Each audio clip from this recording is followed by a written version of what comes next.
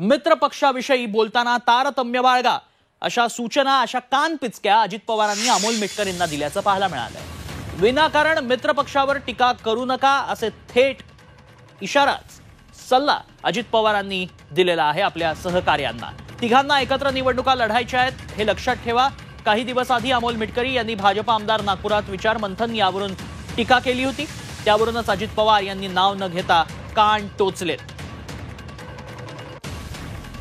अधिक माहिती जाणून घेणार आहोत आमचे प्रतिनिधी सागर कुलकर्णी सध्या आपल्या संपर्कात आहेत। सागर, कानपिचक्या पाहायला मिळाल्यात अजित पवारांकडनं, काय म्हणालेत अजित पवार? पवारांच्या पक्षाची एक दिवसाची पूर्ण मंथन बैठक होती आहे। या बैठकीमध्ये प्रवक्त्यांशी बोलताना अजित पवारांनी स्वपक्षातले जे प्रवक्ते आहेत अमोल मिटकरी हे वारंवार मित्रपक्षांविषयी वादग्रस्त विधानं करतात, यावरनं कान टोचल्याचं समोर येत आहे माहिती। त्याच्यामध्ये अमृत नोनी आर्थो प्लस ये एक प्रूवन फॉर्मूला, इसमें मौजूद नोनी फल के गुण और आयुर्वेदिक जड़ी बूटियां शरीर को जरूरी पोषक तत्व देने के साथ साथ हड्डियों और जोड़ों के घिसने, उनमें होने वाले सूजन और दर्द को रोकने में मदद करता है। दर्द मुक्त जीवन के लिए अमृत नोनी आर्थो प्लस। नागपूर येथील संगम मुख्यालयामध्ये जाणं, तिथं विचार मंथन होतं, त्यावर अमोल मिटकरींचं विधान यावर कान टोचल्याचं सांगितलं जातंय।